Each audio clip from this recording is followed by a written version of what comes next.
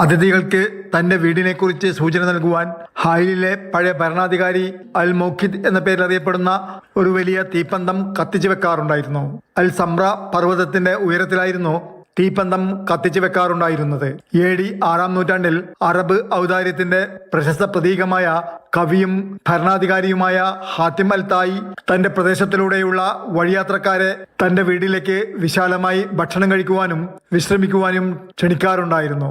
വിവിധ നാടുകളിൽ നിന്നും കച്ചവടാവശ്യാർത്ഥവും മറ്റും മക്കയിലേക്കും മറ്റ് സ്ഥലങ്ങളിലേക്കും പോകുന്ന പ്രധാന വഴിയായിരുന്നു ഹായിൽ.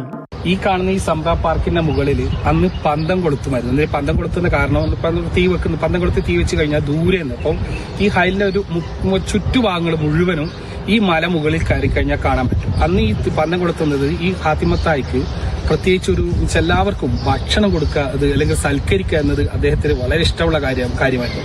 അതിന് പുറമേ നിന്ന് വരുന്നവർക്ക് ഒരു വഴികാട്ടിയായിട്ടാണ് ഇതിന്റെ മുകളിൽ പന്തം കൊളുത്തി കഴിഞ്ഞാൽ. അൽ സംറ പർവ്വതം ഇന്ന് അതിമനോഹരമായ കാഴ്ചകൾ സമ്മാനിക്കുന്നതും ശാന്തമായ അന്തരീക്ഷം ആസ്വദിക്കുവാനും പൈതൃകവും ആധുനിക വിനോദവും മനോഹരമായി സംയോജിപ്പിക്കുന്ന ഒരു സ്ഥലം കൂടിയാണ്. പർവ്വതത്തിന്റെ അടിത്തട്ടിൽ 1 ദശലക്ഷം ചതുരശ്ര മീറ്റർ വിസ്തൃതിയിലുള്ള മേഖലയിലെ ഏറ്റവും വലിയ പൊതുപാർക്കുകളിലൊന്ന് സ്ഥിതി ചെയ്യുന്നു. ജാഫർ അലി പാലക്കോട്, മാതൃഭൂമി ന്യൂസ്, ഹായിൽ.